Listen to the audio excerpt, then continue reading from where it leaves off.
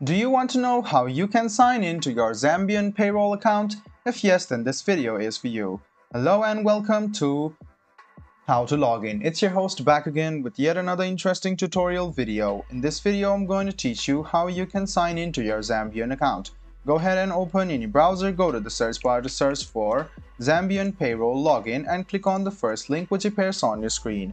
It will take you to the official page of Ready Force by Zambion. So go ahead and click on sign in. Now the first step is to write down your username or your email address. Go ahead and write it down over here and then go to the second box and write down your password. Make sure you can check your password once and then click sign in. After this, you will be signed in to your Zambion Payroll.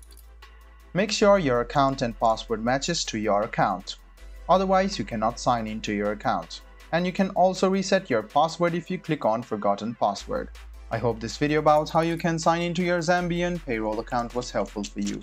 If you still have any kind of confusion, please do mention us on the comment section down below. Like the video, subscribe to the channel and do hit the bell button for more. Hope to see you in the next video as well. Until then, goodbye, take care and make sure you enjoy.